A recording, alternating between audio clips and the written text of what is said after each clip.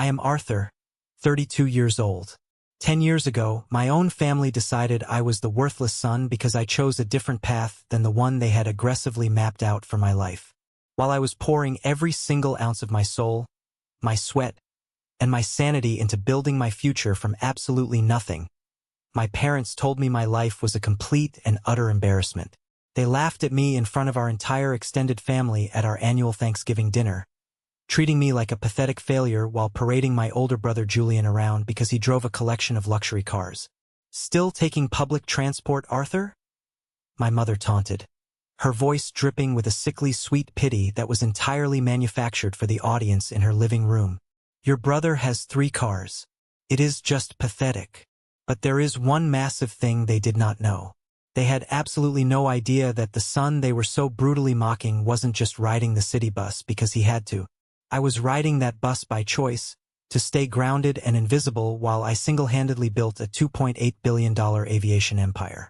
And in less than an hour from that very moment, they would be standing frozen in absolute terror and disbelief as my private fleet of executive helicopters descended upon the very backyard that I secretly owned. Before I tell you exactly how I shattered their perfectly curated illusions and brought my toxic family face-to-face with a financial reality they couldn't buy their way out of, hit that like button if you believe in true justice. And please, do not forget to let me know where you are watching from in the comments below. Your support means everything to me. Now, let's go back to where this nightmare disguised as a holiday actually started. The bus ride to my parents' house for Thanksgiving had been exceptionally quiet, almost eerily so for a Thursday afternoon in late November. I always chose the window seat near the back. It gave me time to think, to watch the sprawling suburban landscape of the city roll past, while the other passengers either dozed off against the cold glass or mindlessly scrolled through their smartphones. It certainly was not the most glamorous or prestigious way to make an entrance at a highly competitive family gathering, but it served my specific purposes perfectly. Growing up in a household that worshipped appearances, I had always been the fiercely practical one. While my older brother Julian treated luxury cars like disposable fashion accessories to mask his deep insecurities, I was perfectly content with utilizing public transportation, walking miles to my destinations, or catching an occasional rideshare when the weather turned vicious. To my mother, Evelyn, my lack of a personal vehicle wasn't a practical choice. It was a loud, glaring, neon sign declaration of my failure as a man. To my father, Richard, it was premium comedy material. He turned my lack of a car into a running joke at every single family event, a reliable punchline he could dust off whenever the conversation at the dinner table ran dry. I pulled up to their upscale suburban neighborhood at exactly 2 o'clock in the afternoon. The city bus stop was just 2 long blocks away from their sprawling house, a distance I had perfectly calculated so I could walk the rest of the way, feel the biting November wind against my face, and mentally prepare for the psychological warfare I was about to walk into. As I approached the wide, perfectly paved driveway of my childhood home, the visual contrast was almost comical. Julian's pristine, glaringly white Porsche was parked right in the dead center, practically demanding attention. It was flanked by his aggressive red Lamborghini on the left and a heavy black Range Rover he had supposedly acquired just last month on the right. 3 incredibly high-end, maintenance-heavy vehicles for one single man who lived entirely alone in a downtown loft. I walked up the pathway, my practical leather boots crunching against the few dead leaves that had escaped their meticulous lawn care service. Before I even had my hand fully extended to grasp the heavy brass doorknob, the front door swung wide open. There she was. My mother stood in the doorway wearing an apron over a designer dress, greeting me with a smile that was strictly for show, tight around the edges, forced and entirely absent from her cold eyes. "Oh, look everyone, he actually made it," she announced, her voice carrying loudly down the polished hardwood hallway so every single relative currently sipping wine in the living room could hear her clearly. "Did the city bus run on time today, Arthur? I know how incredibly unreliable public transportation can be, especially on a major holiday. You must be absolutely freezing standing out there at those dangerous stops." "The bus was perfectly fine, Mom," I said smoothly, stepping inside the warm house and taking off my heavy wool coat. She did not miss a single beat, immediately launching into the exact speech I knew by heart, the one she had rehearsed for this specific occasion. You really, truly should let your father help you with a down payment on a reliable used car, Arthur. Something practical for your situation. A used Honda, maybe, or an old Toyota. It is getting deeply embarrassing, honey. You are 32 years old. Riding the bus alongside teenagers and vagrants like you are still a struggling college student. It doesn't look good for the family image. I just smiled a polite, completely hollow smile and changed the subject by complimenting the smell of the roasting meat. There was absolutely no point in explaining to her that I did not need a car when I was already orchestrating global logistics on a scale her suburban mind could not possibly comprehend. I walked past her and stepped into the expansive living room, where the air was thick with the rich scent of turkey, expensive heavy cologne, and heavy, suffocating judgment. Julian was already holding court on the large leather sofa, dressed in designer clothes that practically had the price tags still hanging off them to ensure everyone knew their worth. He was lazily swirling a glass of expensive bourbon, playing the role of the wealthy patriarch despite being only 2 years older than me. He looked up when I entered, his expression instantly shifting into that deeply familiar, highly punchable mix of superiority and mock sibling concern. Well, if it isn't Arthur. You actually made it, Julian announced to the crowded room, gesturing toward me with his crystal glass. Did you have to take 2 or 3 different buses today to get to the suburbs? I know the holiday transit routes can be an absolute nightmare to navigate for regular commuters. Just one bus, actually, Julian. It was a direct route, I replied calmly, refusing to take the bait. My dad emerged from his oak-paneled study, clapping his hands together loudly. The transit rider returns to the nest. Julian, did you take Arthur outside to show him the new Porsche yet? Top-of-the-line engineering. Now that, Arthur, is exactly what true success looks like. I set my overnight bag down carefully by the edge of the grand staircase. It is a very visually striking car, Julian. My dad let out a harsh, barking laugh that echoed in the high-ceiling room. Visually striking? Arthur, that is a $150,000 piece of high-performance machinery. Meanwhile, you are spending what? $2.50 per bus ride? You are really putting that expensive college degree we helped pay for to work, aren't you? My phone buzzed heavily in my tailored pocket, a familiar, continuous vibration signaling a priority executive message from my corporate operations center. I ignored it for the moment, keeping my hands empty and my posture relaxed. But the annual Thanksgiving interrogation had officially begun, and I knew from years of bitter experience that this was merely the warm-up act. I thought the worst of their mockery was over when I finally sat down in the corner armchair. I was so incredibly wrong. To fully understand the absolute mind-bending absurdity of the dynamics in that living room, you have to understand the decade of painful history that led directly up to this exact moment. 10 years ago, when I was 22 and fresh out of university, my beloved grandmother passed away. Her funeral was a bleak, rainy affair, but she left behind a modest inheritance, a final gift to her grandsons. She explicitly divided the money equally between Julian and me. It wasn't life-changing generational wealth, it was about $100,000 each, but for a young man in his early 20s trying to figure out his place in the world, it was a golden ticket to freedom. Julian, naturally, took his portion of the inheritance and immediately used it to put a massive down payment on his very first luxury sports car. He blew the rest of the cash on extravagant VIP vacations to Ibiza and Miami, subsequently maxing out multiple high-interest credit cards in a desperate bid to maintain the wealthy lifestyle he had artificially constructed for his social media followers. I took a completely different path. I took my portion of the money, moved into a tiny, unheated studio apartment, lived strictly on cheap ramen noodles and tap water for an entire year, and used every single penny to lease a single, used commercial helicopter. I had spent my entire youth studying aviation patterns, and I saw a massive, glaring gap in the market. Emergency medical transport, high-level executive travel, rapid disaster relief coordination. The existing infrastructure in the country was bloated, terribly slow, and horribly inefficient. Nobody was thinking big enough to streamline it. Nobody was willing to take the massive risk. So I thought bigger.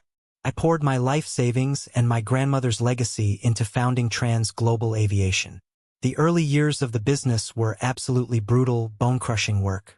I worked 20-hour days regularly, sleeping on a broken canvas cot in a freezing, drafty rented hangar out by the regional airfield. And right when the company finally started to gain real traction, securing our first major regional hospital contract, I faced the ultimate soul-destroying betrayal. Mr. Sterling, an early angel investor I had trusted like a second father, tried to orchestrate a vicious hostile takeover. He hired a shark of a corporate lawyer and exploited a tiny, deeply buried loophole in our initial operating agreement. He filed a massive, multi-million-dollar lawsuit designed specifically to bleed me dry and strip me of my own company. It was the absolute darkest period of my life. I was fighting a brutal legal battle that threatened to bankrupt me and destroy my reputation, while desperately trying to keep my pilots paid, my mechanics happy, and my medical transport contracts fulfilled. During the lowest point of that legal nightmare, I went to my parents for support. I didn't go to them asking for a loan, or a bailout, or for them to dip into their 401k. I just needed emotional backing. I needed a mother and a father. I sat at their expensive granite kitchen table, physically exhausted, my eyes bloodshot, and explained the lawsuit that was threatening to tear my life apart. My father just sat there, shaking his head, looking at me like I was a delusional child who had broken a toy. "Arthur, this is exactly what happens when you play pretend in the real world," he said, his voice laced with heavy disappointment. "You aren't a CEO. You are a kid who rented a helicopter and got way in over his head. You need to drop this ridiculous lawsuit, declare bankruptcy immediately, and get a real, stable job with a steady salary. Maybe Julian can pull some strings and get you an entry-level logistics position at his firm." My mother chimed in, equally dismissive. "Your father is right, Arthur. We told you to use that inheritance for a down payment on a house or a nice car. Instead, you threw it away. You need to stop this fantasy before you end up homeless." My own family did not believe I was capable of building anything real. They thought my company was a childish pipe dream, a fantasy I was utilizing to avoid climbing the traditional corporate ladder like Julian. After that devastating conversation at the kitchen table, something inside me permanently snapped. I built an impenetrable steel wall around my professional life. I fired my cheap attorney, hired a ruthless legal firm on contingency, and absolutely annihilated Sterling in federal court. I won the lawsuit, secured 100% full ownership of Trans Global Aviation, and aggressively expanded our operations internationally. Over the next 8 years, we grew from that single beat-up lease chopper to operating heavily in 14 different countries. We acquired regional airlines, built our own maintenance infrastructure, and cornered the market on elite executive transport. Our valuation recently hit $2.8 billion. I quietly bought massive portfolios of commercial real estate, secured massive defense and government contracts, and fundamentally changed the landscape of private global aviation. And I never told my family a single solitary word about any of it. To them, I was still just Arthur, the failure who couldn't afford a car. Back in the present moment, the Thanksgiving gathering in the living room was swelling as more extended relatives arrived. The front door opened again, and Aunt Clara walked in, her piercing voice cutting through the room like a police siren. Clara was the absolute master of the backhanded compliment, the family's resident manipulator who thrived on stirring the pot and watching the chaos unfold. She had recently gone through a bitter divorce and seemed determined to make everyone else as miserable as she was. "Arthur, my sweet boy," Clara cooed loudly, pulling me into a suffocating hug that smelled heavily of cheap floral perfume and expensive gin. She pulled back and looked me up and down with exaggerated pity. "Julian was just telling me at the door that you are still doing the whole public transit thing. You are so incredibly brave walking around downtown at night. I read a horrifying article about a brutal mugging at a bus stop just last week." "I am quite safe, Aunt Clara," I said, stepping back from her grip. "I know how to take care of myself." "Still," she continued, making sure her voice was loud enough to ensure the entire room was listening to her performance. It is simply not safe. A grown man your age, standing alone at bus stops in the freezing rain. Without resources. Without protection. What happens if you have a medical emergency? Car is safety, Arthur. It is independence. It is the absolute bare minimum of adulthood. My dad nodded gravely from his leather armchair, swirling his drink. That is exactly what I keep telling him, Clara. But he refuses to listen to reason. He is stubborn.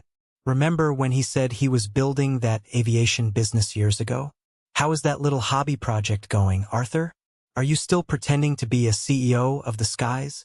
The business is going very well, actually, I said quietly, keeping my face perfectly neutral.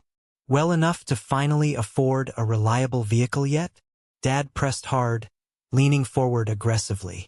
Because I am dead serious about that Honda Flyer I mailed to your apartment. I even printed out the Carfax report.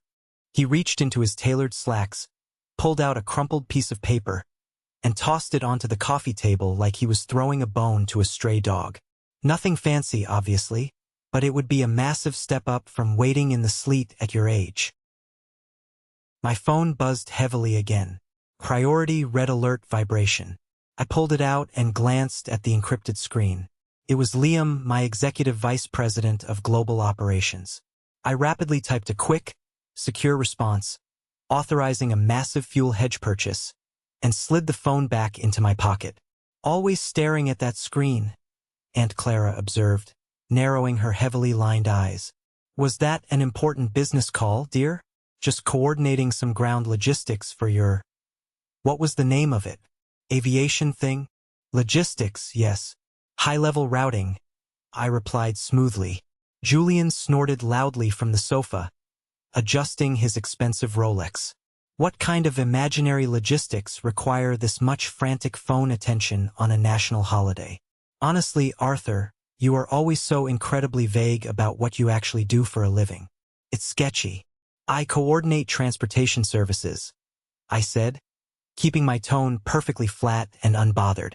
Aunt Clara's eyes suddenly lit up with malicious, mocking glee as she formulated her next insult. Oh, are you an Uber driver? Or one of those food delivery boys? Honey, listen to me, there is absolutely no shame in that. Gig economy work is perfectly respectable for people who are just trying to find their footing in the world. The entire living room erupted into vicious chuckles. My cousin Sarah laughed into her wine glass. My own parents smiled with quiet amusement. They were entirely comfortable with the idea of me as a struggling, impoverished Uber driver. It fit their internal narrative perfectly. It made Julian look significantly taller and more successful. It made their questionable parenting choices seem completely justified. I looked around the room, making eye contact with the faces of the people who shared my exact bloodline, realizing with crystal clarity that they didn't just misunderstand me. They actively, desperately wanted me to fail. The air in the room grew incredibly heavy, static with unspoken tension, and I knew a massive storm was gathering right above our heads. The only question was exactly when it would break. Dinner preparation eventually transitioned into the dining room, and it quickly became a masterclass in passive-aggressive warfare. We all took our designated seats around the massive mahogany table. The spread was extravagant.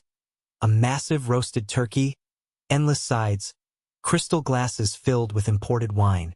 But the food was secondary to the main event, the continued interrogation and systematic humiliation of Arthur.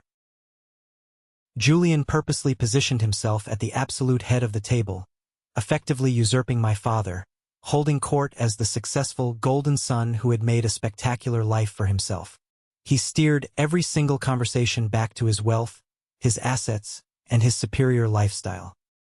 He casually brought up his exorbitant car payments, loudly complaining about the $1,800 monthly note on his new Porsche, as if it were mere loose change he had found deep in his sofa cushions. He talked at length about the exclusive, biometric-secured parking garage at his new downtown luxury condo building, emphasizing how heavily climate-controlled it was to protect the custom paint jobs on his vehicles. You know, Arthur, Julian said, pausing to take a theatrical sip of his expensive red wine, That single car payment of mine is probably significantly more than your entire rent, isn't it? I mean, your whole monthly rent for that tiny, depressing studio apartment you live in. I do not have a car payment, Julian, I replied, my voice steady, calmly slicing into my turkey. Exactly my point. Julian shot back triumphantly, slamming his hand lightly on the table. Because you physically cannot afford one. It is perfectly okay to admit it, man. You know, not everyone is cut out to be successful in the brutal corporate world. Some people are just biologically destined for the middle of the pack. Or the bottom. My dad poured himself his third glass of whiskey, his face flushed and sweating slightly. I just do not understand what went so catastrophically wrong with you. We raised you two boys in the exact same house. We gave you the exact same foundation. Same private schools, same massive college fund, same networking opportunities. Julian completely thrived. He just got a massive promotion to senior vice president last year. And you, well, look at you.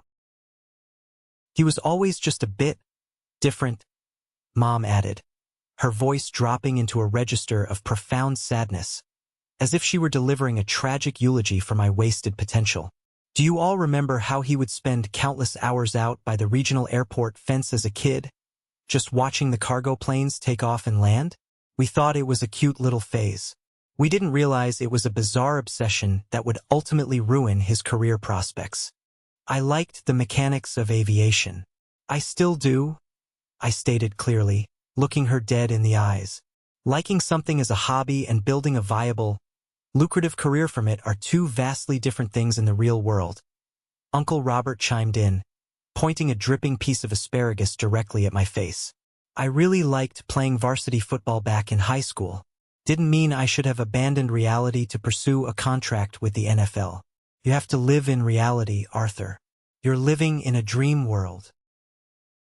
Cousin Sarah let out a sharp, incredibly annoying laugh that grated against my nerves. Honestly, maybe if his little aviation business was actually real, he would at least have a cheap company car by now. Do you even have professional business cards, Arthur? A functional website? Derek tried to Google you and your little project once and said absolutely nothing came up. I slowly turned my head to look at Derek, my younger, tech-obsessed cousin who was perpetually attached to his smartphone, currently sitting near the end of the table. We intentionally maintain a very low profile in our sector, I said calmly. Julian scoffed so loudly he nearly choked on his wine. Low profile? Give me a break.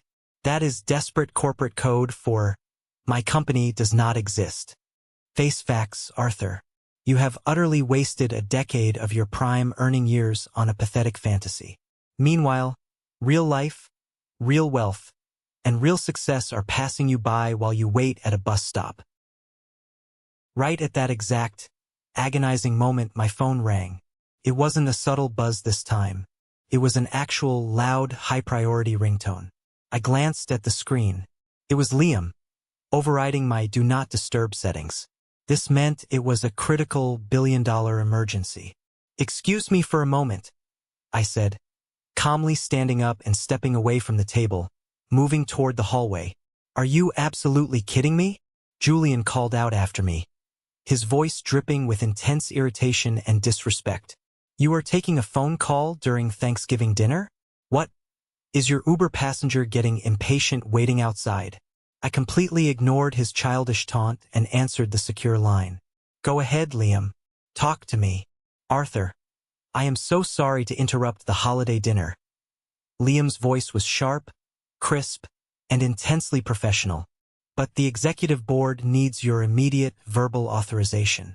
The Singapore Ministry of Transport just officially greenlit the defense contract. $95 million over 3 years, with exclusive government access to 15 of our fully equipped medical helicopters. But here's the catch. They need the countersignatures in the next 60 minutes due to the extreme time zone difference and their legislative session. Understood?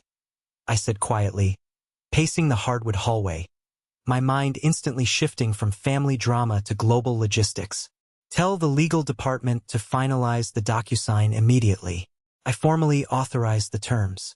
$95 million is acceptable for the initial phase. Proceed with the fleet integration.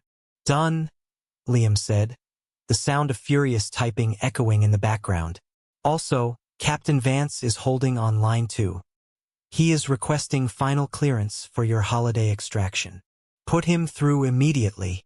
A brief click, and then the deep, commanding voice of my chief fleet commander came on the secure line. Sir, we are exactly 40 minutes out from the GPS coordinates you provided. Weather is crystal clear. We are maintaining standard VIP formation. Should we circle the perimeter or initiate a direct approach to the primary landing zone? Maintain the direct approach, Captain Vance. The landing zone is the large, clear backyard at the residential address I sent you. I will see you on the ground soon. I ended the call, slipped the phone back into my pocket, and walked slowly back into the dining room. The silence in the room was absolutely deafening. Every single pair of eyes was locked onto me like I was an alien that had just beamed down into their house. Work call? I explained simply, pulling my chair out and sitting back down. Work? My dad repeated, the word tasting violently sour in his mouth. Right? Your imaginary make-believe aviation business.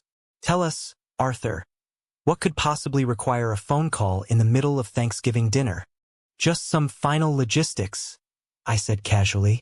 Closing a government contract. Julian slammed his flat hand onto the mahogany table, violently rattling the expensive silverware and crystal glasses. This is completely ridiculous. You are clinically delusional, Arthur. You are sitting here pretending to be some big-shot, high-powered CEO, and it is honestly incredibly sad to watch. We are your family. You can drop this pathetic act. You do not have government contracts. I am not acting, Julian. Then prove it to us right now. Julian roared, standing up, his face red with uncontrolled anger. Prove you have this massive aviation empire. Show us one single, solitary shred of evidence that you aren't just a broke, miserable guy taking the city bus. Derek, who had been furiously tapping away on his phone beneath the edge of the table, suddenly spoke up, his voice cracking slightly. Guys? Hold on a second. I just Googled his company name again. Trans Global Aviation. And let me guess, absolutely nothing comes up? Dad asked smugly, taking another heavy sip of his whiskey. No, Derek frowned, staring intensely at his glowing screen, his eyes widening in real time. There actually is a company by that exact name. But it's massive, like international massive. It says right here on Bloomberg that they have defense contracts with governments, emergency medical transport divisions, elite executive fleets. Wait, it says their latest Wall Street valuation is $2.8 billion. The entire dining room went dead, terrifyingly silent. You could have heard a pin drop onto the carpet. Then, Julian let out a loud, obnoxious, mocking laugh that broke the tension. See, there it is. Arthur, you absolute idiot. You actually picked the name of a real, multi-billion-dollar global corporation to use as the name for your fake business? That is the most pathetic thing I have ever heard in my life. It says it's a privately held company, Derek continued, scrolling rapidly. The founder's name isn't publicly listed anywhere on the corporate registry. They operate in extreme secrecy. He probably works in their basement mailroom, Aunt Clara sneered, a wicked smile spreading across her face. Or maybe he is a nighttime janitor for them. That is the aviation logistics he does. Arthur, why on earth would you lie to your own blood family like this? I didn't yell. I didn't scream. I simply looked directly at my mother, then slowly shifted my gaze to my father, and finally locked eyes with Julian. I do not work in the mailroom. I founded Trans Global Aviation 10 years ago. I started it with the inheritance money Grandma left me. That $2.8 billion company is 100% mine. The dining room completely and totally lost its collective mind. The explosion of laughter was so loud and chaotic it physically hurt my ears. My dad was literally wiping tears of mirth from his eyes, slapping his knee. My mom looked genuinely terrified, leaning back in her chair as if I had just suffered a violent psychotic break right in front of the turkey. I realized in that exact, crystal-clear moment that no amount of spoken words, no amount of logic, would ever convince them of the truth. They needed a physical shock to their system. They needed to see it to believe it. The roaring laughter in the room slowly began to die down, gradually replaced by a thick, suffocating, incredibly uncomfortable tension. My mother leaned across the table, her face pinched with a complex mixture of genuine fear and deep social embarrassment. "Arthur, sweetheart, please, I am begging you to stop this right now," she whispered urgently, reaching out as if to touch my hand, but pulling back at the last second. "Maybe you need to go talk to a medical professional, a licensed therapist.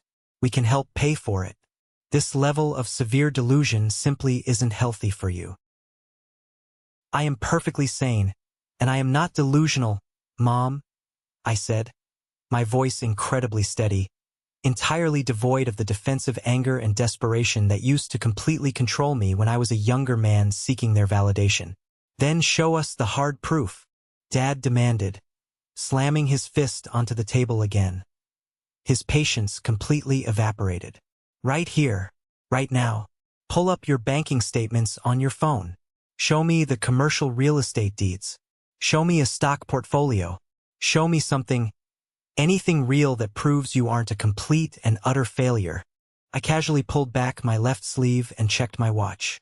The custom platinum Rolex Daytona, which I usually kept carefully hidden under my tailored cuff precisely to avoid these types of shallow conversations, caught the harsh overhead chandelier light, gleaming brilliantly. "You will have your absolute, undeniable proof in exactly 15 minutes. Julian stood up fully, towering over the dining table, his face twisted in a sneer. "Stop being so damn cryptic, Arthur. What magical event happens in 15 minutes? Is your imaginary billionaire chauffeur coming to pick you up in a solid gold Uber helicopter?" Before I could even form a response, my phone buzzed with an incoming encrypted text from Captain Vance. "10 minutes out, sir. Visual confirmed on the primary landing zone. Note, we may have a severe HOA noise violation on our hands with this approach. Awaiting final authorization." I smiled slightly, a cold, hard smile. "I am the HOA," I rapidly texted back. "Execute the landing." I stood up slowly, deliberately pushing my heavy dining chair back. The harsh scrape of the wood against the hardwood floor echoed loudly in the suddenly quiet room. "If everyone would like to grab their heavy winter coats, I strongly suggest we move out to the back patio. The weather is actually quite nice for a late November evening." "You want us all to go outside?" Cousin Sarah asked, her voice trembling slightly, looking at me like I was a dangerous criminal holding a concealed weapon. "Why on earth would we do that?" "To watch 3 of my executive helicopters land directly in our backyard," I stated plainly, looking directly at my father. My dad's face went completely pale for a fraction of a second, and then flushed a deep, incredibly angry crimson red. "You have completely lost your mind. You are insane. You are actually standing in my house, eating my food, and saying 3 real helicopters are going to land in my backyard? This joke has gone way too far, Arthur. I won't tolerate this disrespect." 15 minutes, I corrected him calmly, checking my Rolex again. "Well, 9 minutes now to be exact. And it isn't actually your backyard, Dad. But we can discuss the complex legal semantics of your real estate situation later. Are you coming outside to see the proof you demanded, or not?" I did not wait for a single response. I turned my back on the entire room and walked down the long hallway, grabbing my thick wool coat from the wooden rack, and forcefully pushed open the heavy double-glass doors leading out to the expansive stone patio.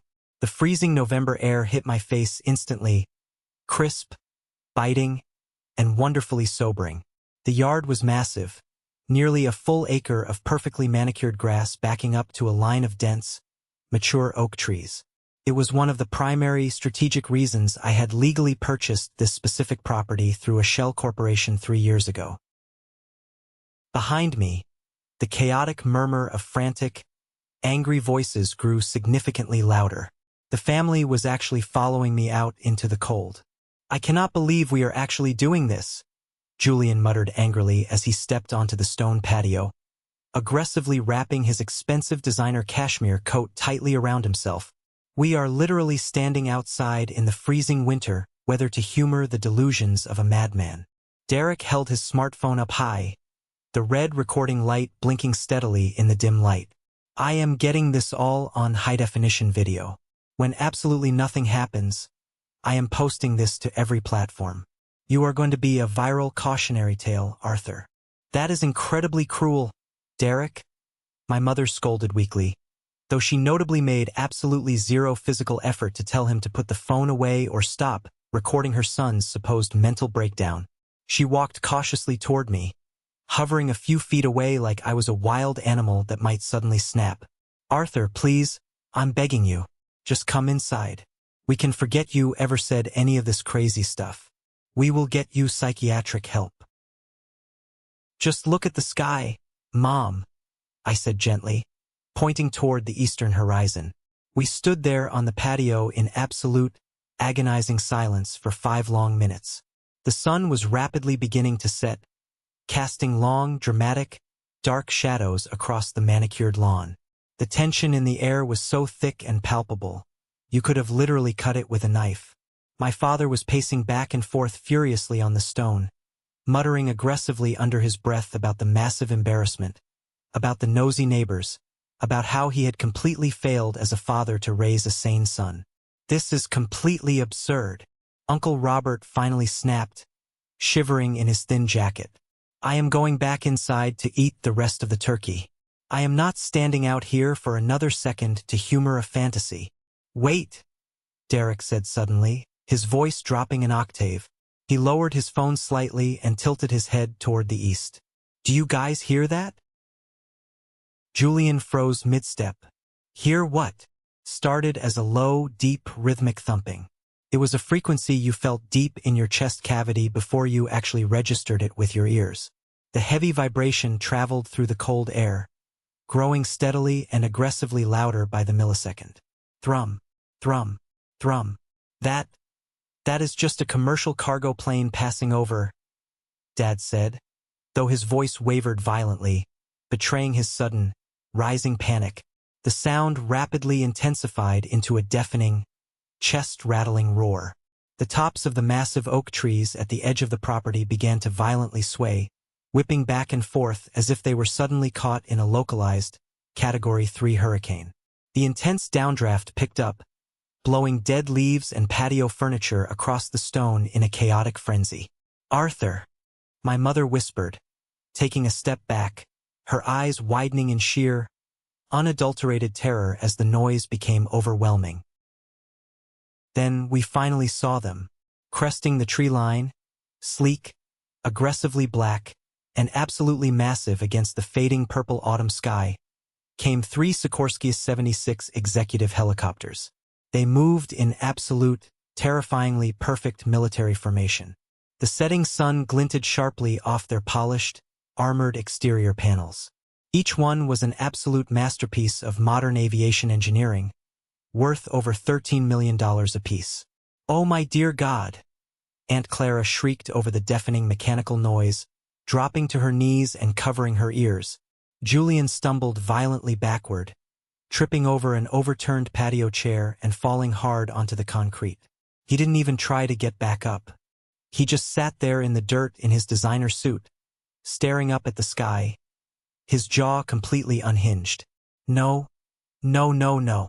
That is absolutely impossible. The massive helicopters began their synchronized descent, hovering just feet above the expansive lawn. The downdraft was absolutely incredible, tearing fiercely at our clothes and ripping the expensive Thanksgiving decorations right off the back porch railings. My family stood totally frozen, mouths hanging open, their minds entirely and fundamentally incapable of processing the reality that nearly $40 million worth of private aircraft was currently landing in the backyard of the son they had just called a pathetic failure. The first helicopter touched down with heavy, perfect precision, the landing skids settling deeply into the grass exactly where I had specified. The second and third immediately followed suit, forming a flawless, aggressive triangle. The massive rotors began to wind down, the deafening roar finally dropping to a powerful mechanical whine. The heavy side door of the lead chopper slid open with a sharp hiss. And the storm, the real storm they had brought upon themselves through years of cruelty, was finally here. I thought the worst was over for them. But the absolute truth was, I was just getting started. The heavy side door of the lead Sikorsky S-76 helicopter slid open with a sharp, pneumatic hiss that cut cleanly through the mechanical whine of the rapidly slowing rotors. The intense downdraft was still violently whipping across the meticulously manicured lawn, tearing relentlessly at the expensive designer coats my family wore like protective armor. But their superficial armor was completely and utterly useless now. They stood entirely frozen on the expensive stone patio, their eyes wide with a complex, terrifying mixture of absolute shock and utter incomprehension. From the dark, luxurious leather interior of the aircraft stepped Captain Vance. He was dressed in a pristine, razor-sharp black aviator uniform, the heavy fabric immaculate, with the gold Trans Global Aviation corporate insignia gleaming proudly on his broad chest. He moved with absolute military precision, a man who had flown combat missions and now commanded immense respect in any corporate boardroom or airfield he walked into. Behind him, 5 other highly trained crew members, co-pilots, flight engineers, and elite logistics specialists, filed out in perfect practice synchronization. They did not look like struggling Uber drivers. They did not look like desperate gig economy workers scrambling for a meager salary. They looked exactly like what they were: the elite, highly compensated aviation strike team of a multi-billion-dollar global empire. Captain Vance walked directly through the chaotic, swirling wind, his heavy boots crunching against the frost-covered grass, completely bypassing my paralyzed father, ignoring my mother who was actively clutching her chest in a panic, and stepping right over Julian, who was still sitting pathetically in the freezing dirt where he had fallen. Vance stopped exactly 3 feet in front of me, stood at strict, rigid attention, and delivered a crisp, perfect military salute. "Reporting for duty, Mr. CEO." Captain Vance's deep, authoritative voice boomed, easily carrying over the massive engine noise. "The primary executive fleet has been delivered exactly as requested to the designated coordinates. All aeronautical systems are fully operational. We have comprehensively secured the immediate perimeter. We are completely ready for your VIP extraction whenever you give the final word, sir." I returned his salute with a calm, highly practiced nod, physically feeling the heavy, burning eyes of my entire extended family boring into the side of my face. "Thank you, Captain Vance. Your approach vector was absolutely flawless. Were there any unexpected issues with the regional air traffic control clearance over this heavily restricted suburban airspace?" "None at all, sir," Vance replied, a slight, deeply professional smile touching the corner of his mouth. "The mayor's office personally expedited our designated flight path the absolute second they recognized your registered tail numbers on the radar. The evening weather cooperated beautifully. Though I must admit, sir, in all my years of service, this is the very first time we have ever executed a tactical formation landing at a private residential address for a standard Thanksgiving dinner pickup." "There is a first time for absolutely everything, Captain," I said smoothly, adjusting the cuffs of my coat. My father finally managed to locate his voice. It was a weak, severely trembling sound, completely and entirely stripped of the arrogant, overbearing authority he had wielded so casually at the dining room table just 10 minutes prior. "Arthur," he croaked, taking a hesitant, unsteady step forward, pointing a violently shaking finger at the massive black machines resting heavily on his precious lawn. "Arthur, what in the name of God is this? Who are these people in uniforms? Are you renting these machines for some kind of sick joke? Do you have any idea how much profound legal trouble you are going to be in for pulling a reckless stunt like this in a zoned residential neighborhood?" I turned my body to face my father slowly, meeting his terrified gaze with absolute, chilling calm. "I am not renting anything, Richard. I own them outright. These 3 helicopters are merely a tiny, microscopic fraction of our broader executive fleet. Currently, Trans Global Aviation independently operates 327 commercial aircraft globally. That massive portfolio includes 244 commercial-grade helicopters and 83 private Gulfstream jets strictly reserved for our ultra-high-net-worth clients, international diplomats, and heads of state. Aunt Clara let out a loud, highly dramatic gasp, literally clutching the expensive pearl necklace resting against her chest. You are lying through your teeth. This is an incredibly elaborate, massive prank. You cannot possibly own a global company like that. You take the city bus. We see you at the bus stop.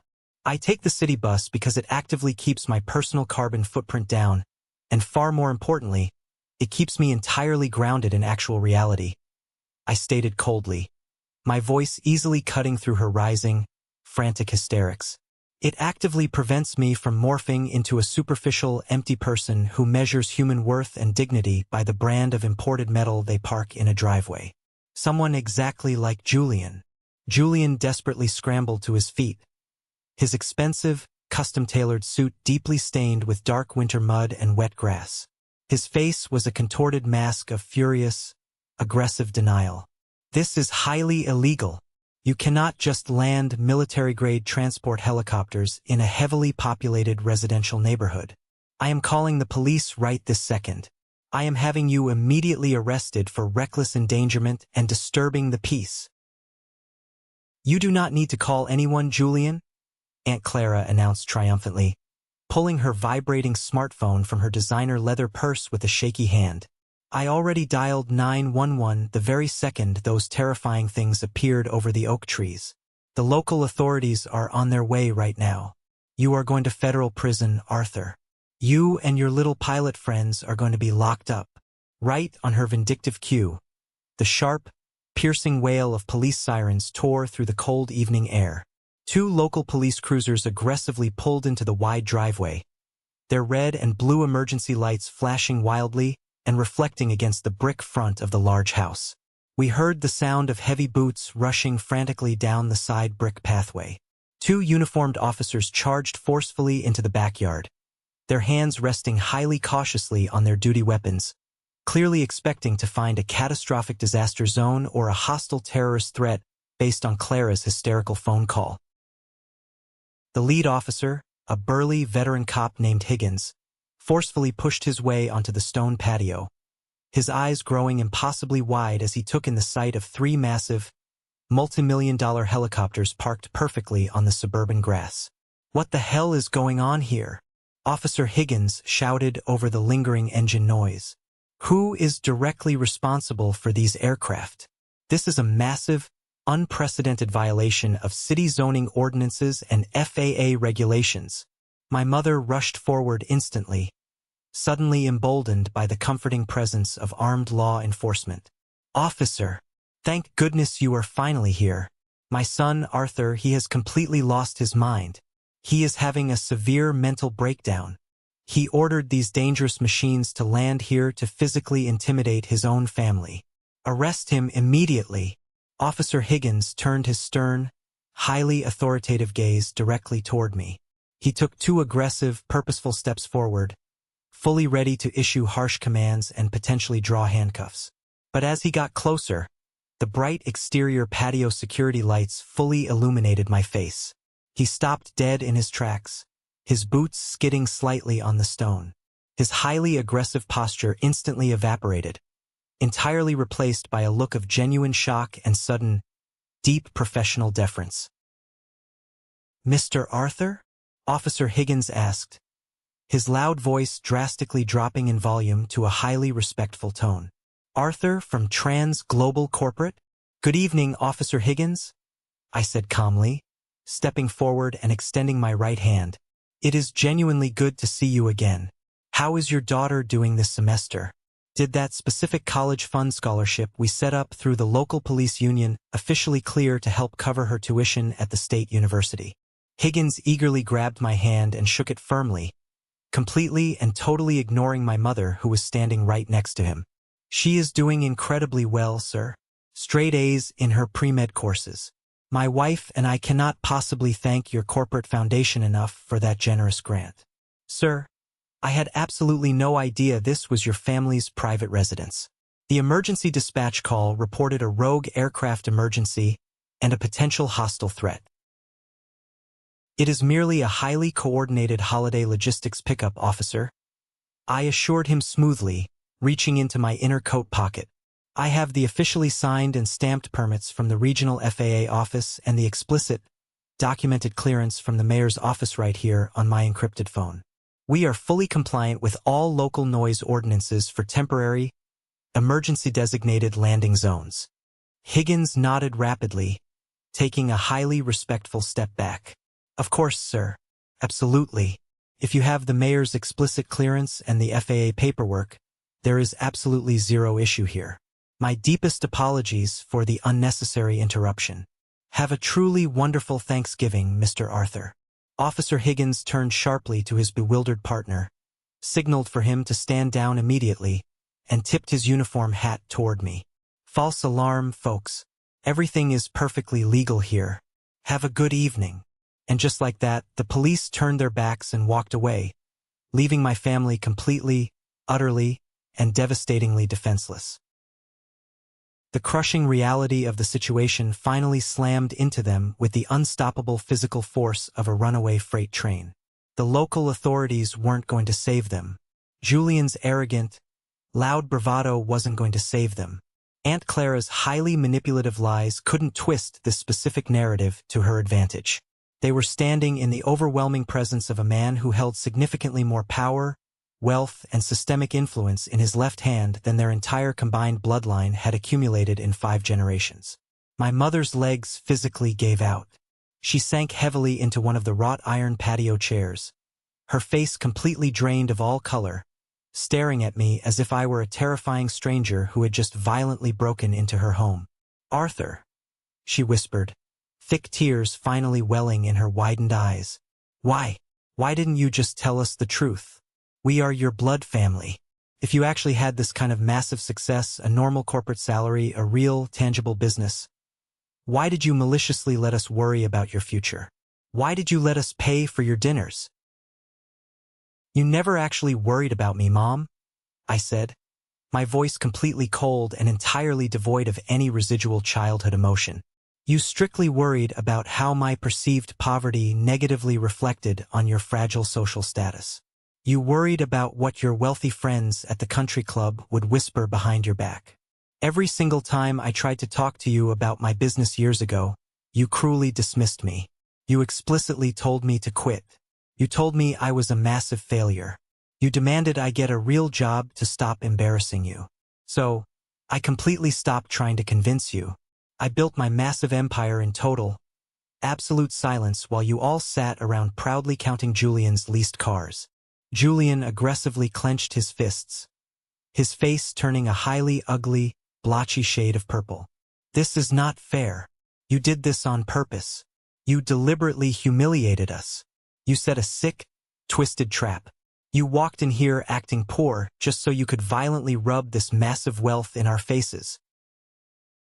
I didn't set a trap, Julian, I replied smoothly, stepping significantly closer to him until he was forced to physically look up into my eyes. You meticulously built the trap yourself with your unchecked arrogance. You stepped blindly into it with your profound cruelty.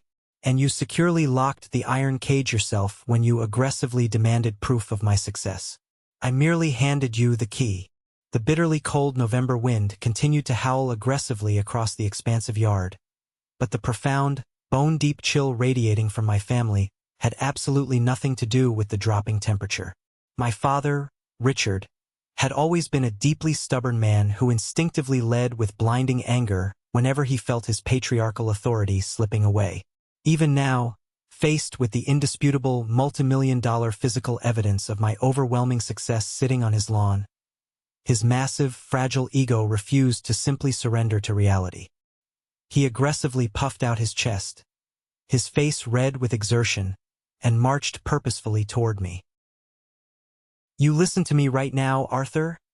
My dad growled, pointing his thick, shaking finger mere inches from the bridge of my nose. I do not care how much corporate money you have hoarded away. I do not care if you own 300 helicopters or 3,000. You do not get to come into my personal house, blatantly disrespect your mother, publicly humiliate your older brother, and maliciously disrupt our sacred holiday. This is my private property. You are standing on my highly valuable real estate. I want these damn noisy machines off my lawn right this exact second. Or I swear to God Almighty I will drag you and your company to court for illegal trespassing and property damage. I did not flinch. I did not take a single step back. I simply looked at the angry, aging man who had relentlessly mocked my biggest dreams for a solid decade, and I felt absolutely nothing but a profound, overwhelming sense of cold, detached pity. Actually, Richard, I said, intentionally and permanently dropping the respectful title of Dad. It is my real estate. The silence that immediately followed that specific statement was significantly heavier than the combined weight of the armored helicopters sitting on the grass. My dad blinked rapidly, his aggressive hand dropping slowly and awkwardly to his side. What the hell are you talking about? I bought this suburban house 30 years ago. I hold the deed. And you almost lost it completely 3 years ago. I stated clearly, projecting my voice so every single terrified relative standing on the patio could hear the absolute, unvarnished truth. You and Mom made some terrible, highly reckless financial investments in the stock market. You aggressively maxed out your multiple credit lines, trying desperately to keep up appearances for your country club friends. The bank officially initiated the foreclosure process. You were exactly 3 weeks away from being legally evicted and having your expensive furniture tossed onto the public street by the county sheriff's department. My mother let out a loud, strangled sob, violently burying her face in her trembling hands. The massive, shameful financial secret she had so desperately guarded from the extended family was suddenly laid entirely bare under the harsh, unforgiving patio security lights.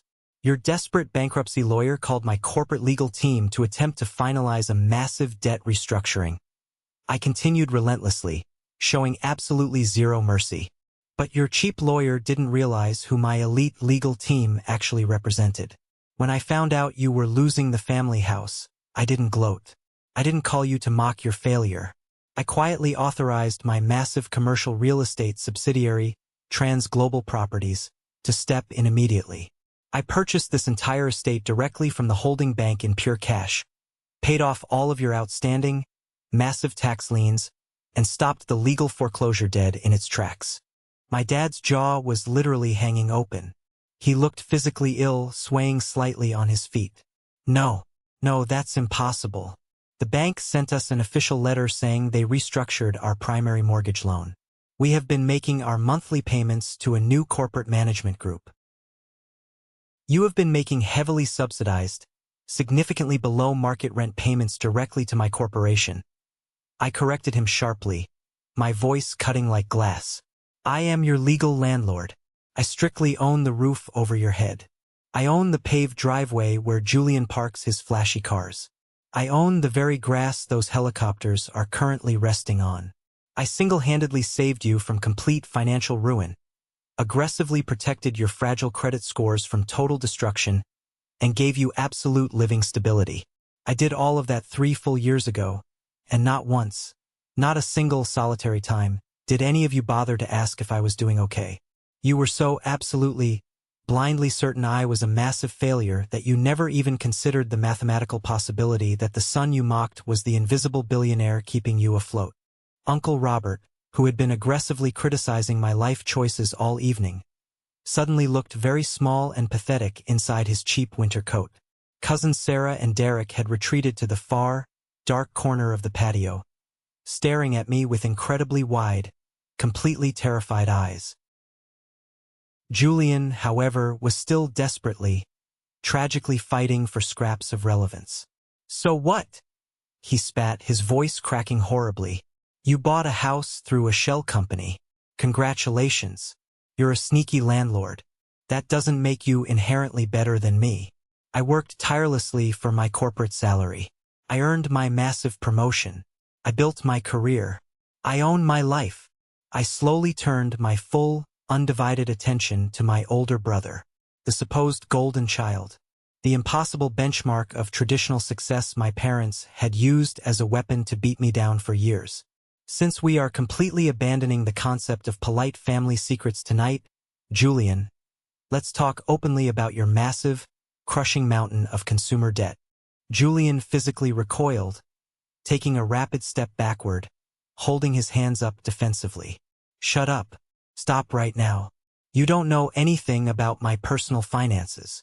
I know absolutely everything, I countered smoothly, taking a step toward him. When my firm was doing routine background due diligence for a potential corporate acquisition in your sector, your name popped up in a standard deep dive credit sweep. You do not own those 3 luxury cars currently sitting in my driveway, Julian. You leased the white Porsche at a highly predatory interest rate you can barely afford on your salary. The Lamborghini and the Range Rover are aggressively financed to the absolute hilt, and you are currently 3 full months behind on the payments for both of them. You are completely financially underwater. Your glamorous, highly curated lifestyle is a fragile house of cards financed entirely by crippling credit debt. You are exactly 1 missed paycheck away from total, unrecoverable bankruptcy. Julian's face drained of all color, turning a sickly, pale white. He looked frantically at our parents, but they were far too devastated by their own massive exposure to offer him any protection or comfort. You sat at my dining table tonight? I continued, my voice echoing loudly off the brick walls of the house. And you relentlessly mocked me for taking the city bus. You laughed at me for being poor. But the harsh reality is, Julian, the platinum watch currently sitting on my wrist is worth significantly more than your entire, combined net worth. I take the bus because I have absolutely nothing left to prove to anyone in this world. You aggressively buy luxury cars because you have absolutely nothing else of value to offer the world. Then, I slowly turned my cold gaze toward Aunt Clara. She immediately shrank back against the brick wall, tightly clutching her designer purse against her chest like a protective shield. She knew exactly what was coming, and she was terrified. And Aunt Clara? I said softly, the quiet tone carrying a highly lethal, undeniable threat.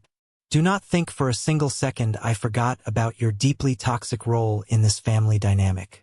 After your incredibly messy divorce, your final legal settlement didn't quite cover your extravagant country club lifestyle, did it?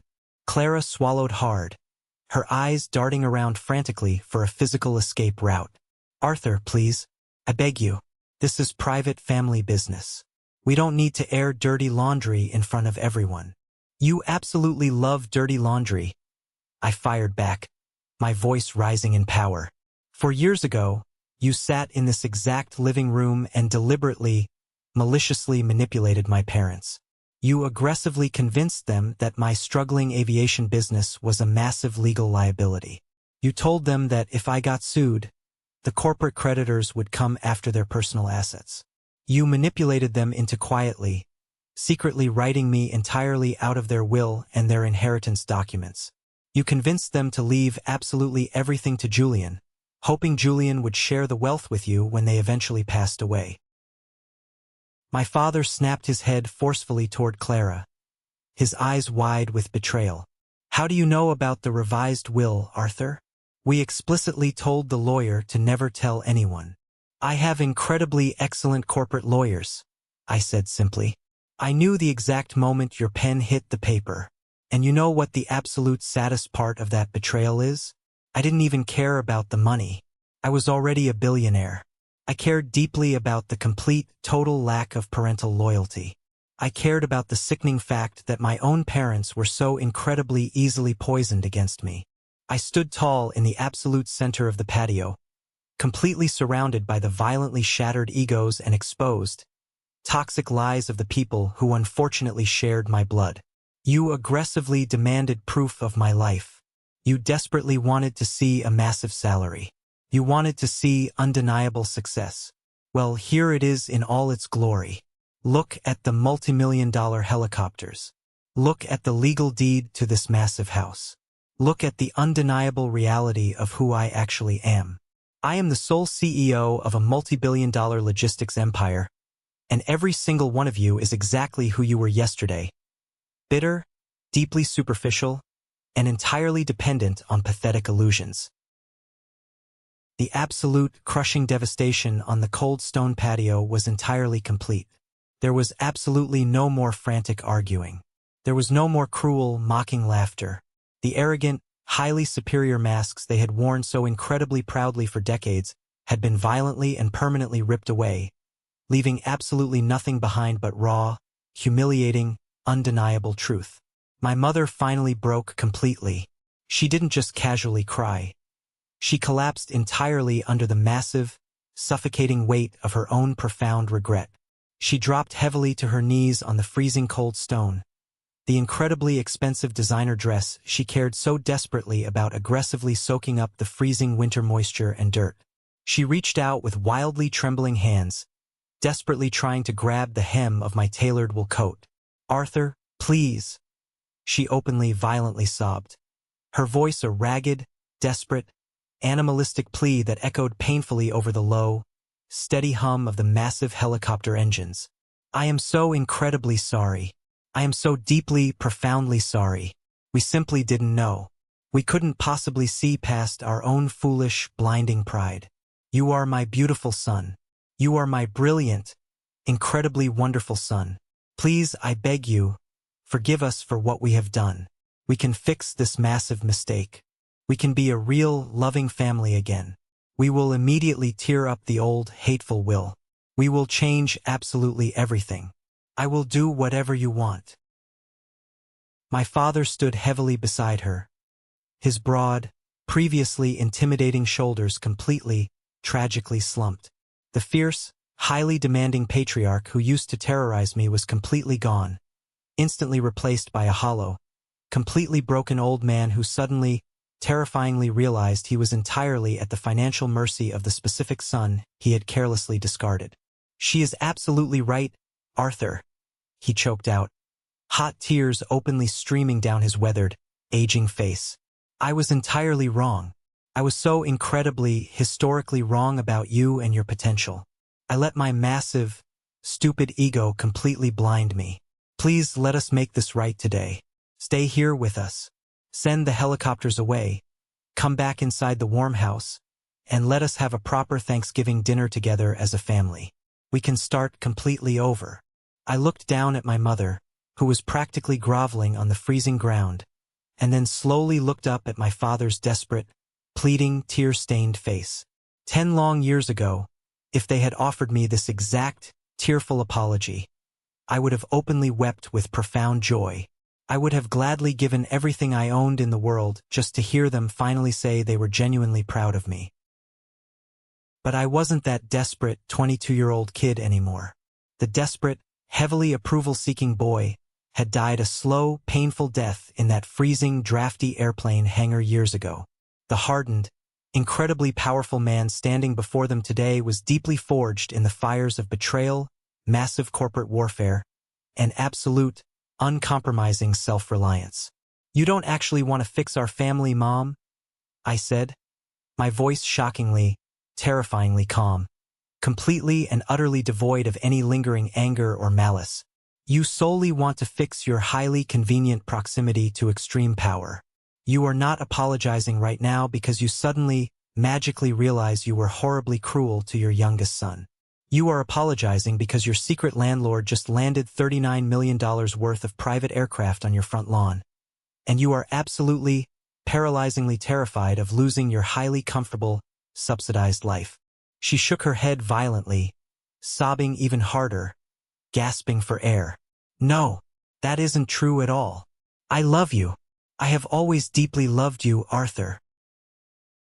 "If you truly loved me," I replied incredibly softly, taking a highly deliberate step back so her grasping hands fell emptily away from my coat, "you would have loved and respected the poor man taking the city bus just as fiercely as you suddenly love the billionaire CEO.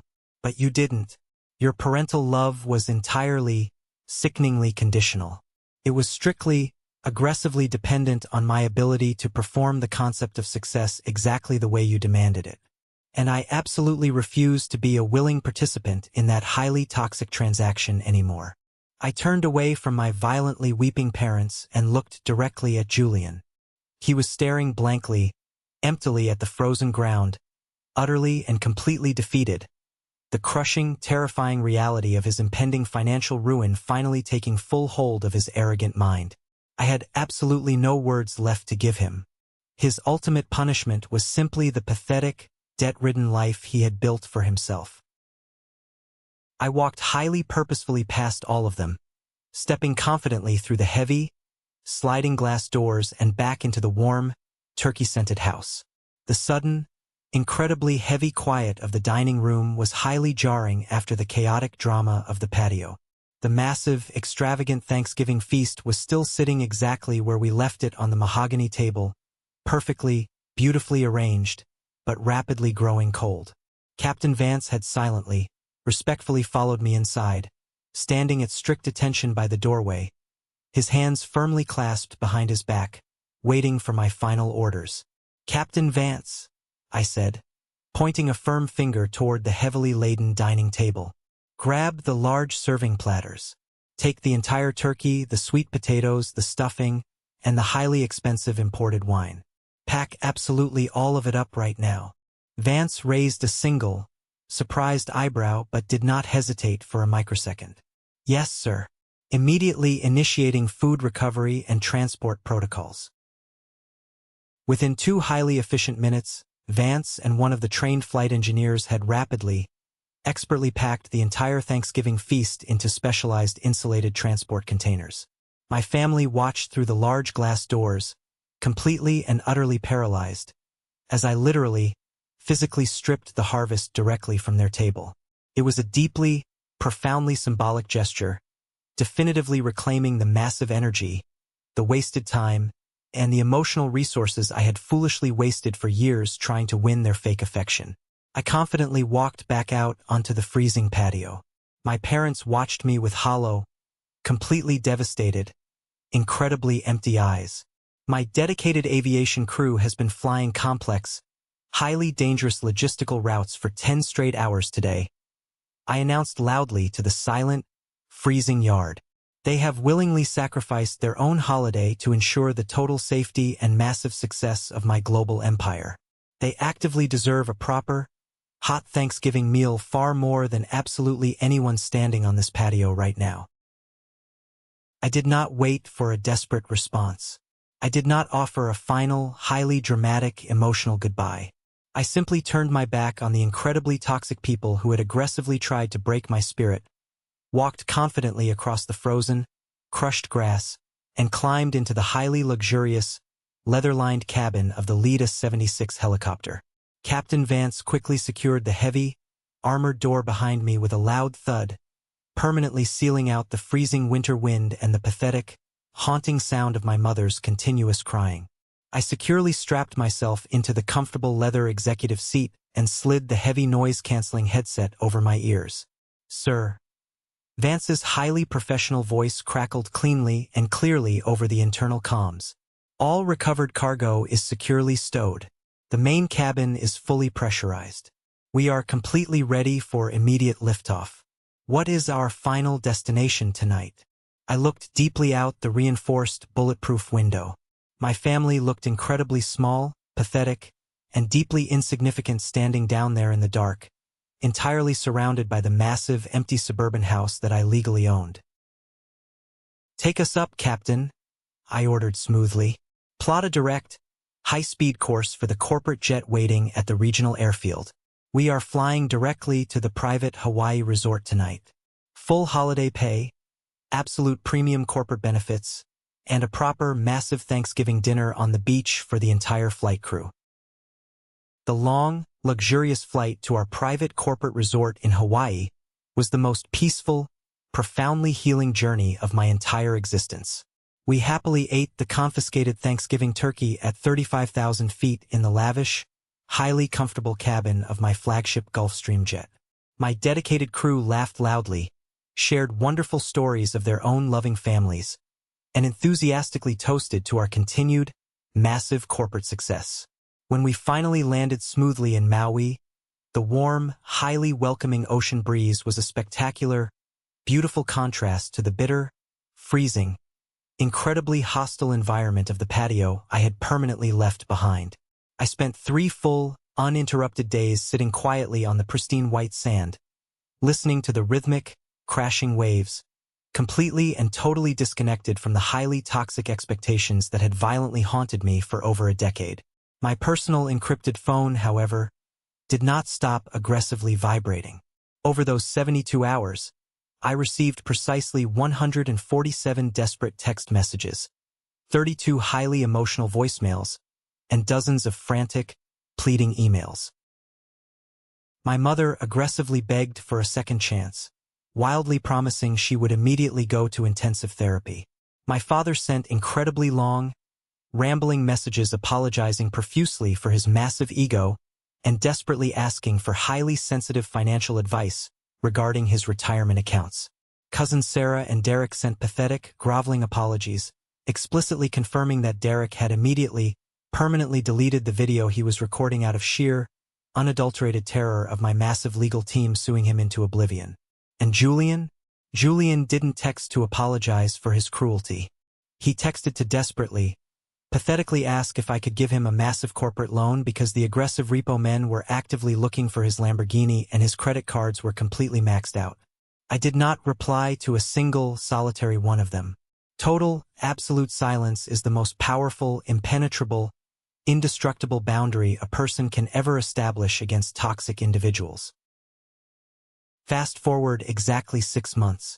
The massive emotional dust had finally settled, and the harsh, unforgiving reality of their terrible choices had permanently, irrevocably altered their lives. Julian's carefully constructed, highly fragile house of cards predictably and spectacularly collapsed. His highly expensive luxury cars were aggressively repossessed by the banks, totally destroying his credit score. Without the flashy vehicles to artificially maintain his fake image, his superficial, highly wealthy friends immediately abandoned him. He was forcefully required to drastically downsize his entire life, moving out of his luxury downtown loft and quietly renting a cheap, highly depressing apartment in a much less desirable zip code. He was finally, painfully learning the brutal, unforgiving value of $1. Aunt Clara faced her own spectacular, highly humiliating downfall.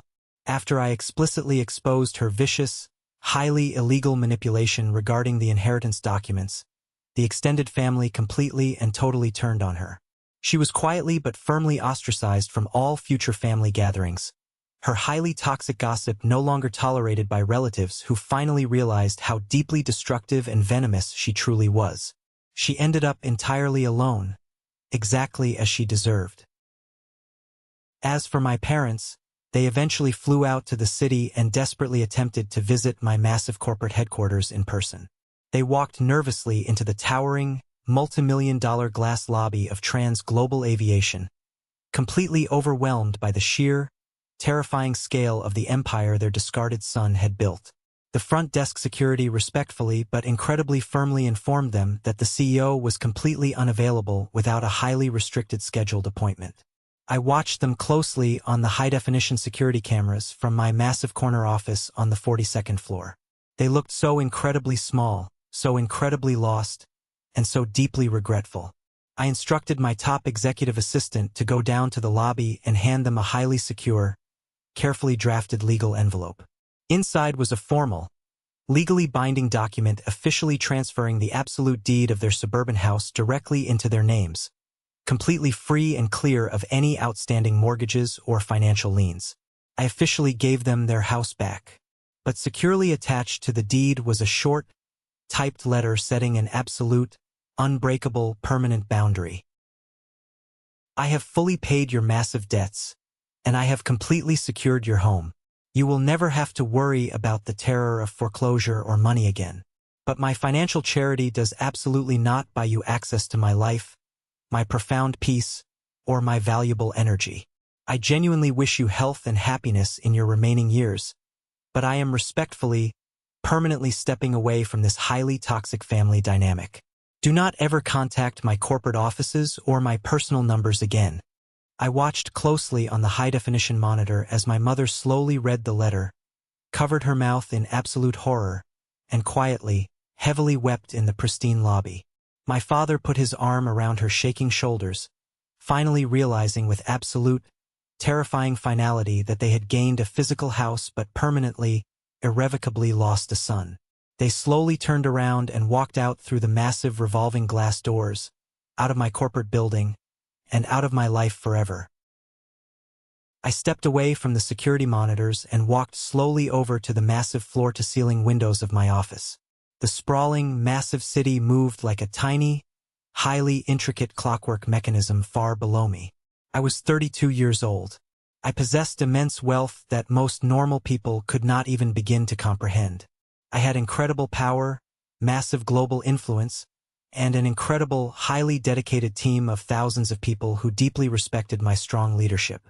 But as I stood there, looking out over the beautiful, glowing skyline, I realized that true, undeniable wealth had absolutely nothing to do with the massive numbers in my offshore bank accounts, the highly valuable properties I owned, or the massive fleet of aircraft currently crossing the globe under my corporate banner.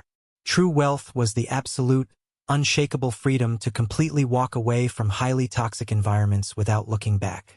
True wealth was possessing the incredible emotional fortitude to look directly at the people who actively tore you down and say, "I no longer require your validation to exist. I didn't need to completely destroy my family to win. I just needed to outgrow them so incredibly spectacularly that their hateful opinions simply ceased to matter." Sometimes the most profound, deeply satisfying revenge isn't screaming, physically fighting, or trying desperately to prove your immense worth to people who are entirely committed to misunderstanding you. The ultimate, absolute revenge is building a beautiful, massively successful life in total, brilliant silence, and letting your undeniable, overwhelming reality speak so incredibly loudly that it completely shatters their fragile illusions forever. I used to take the city bus strictly because I was desperately trying to stay grounded. Today, I still take the bus occasionally, not to hide from the world, but to vividly remind myself of the hungry, highly determined young man I used to be. The man who owned absolutely nothing, but completely controlled his own destiny. Let's pause for a moment. Thank you for staying with me this far. You're truly amazing. Please help me by liking the video and commenting the number 1 below so I know you've been here with me until this point. This not only helps more people discover this story, but also lets me know that my experiences mean something to someone. Your support is the greatest motivation for me to keep sharing the rest of this journey. Have you ever faced something highly similar with your own toxic family? Have you ever had to strategically draw a hard, incredibly painful line in the sand to completely protect your own peace and future? Share your deeply personal story in the comments below. I read every single one of them. And please, do not forget to rigidly like and subscribe so you don't miss the next journey. Remember, your ultimate worth is never, ever defined by the broken people who flatly refuse to see your immense value. Keep building your massive empire in total silence.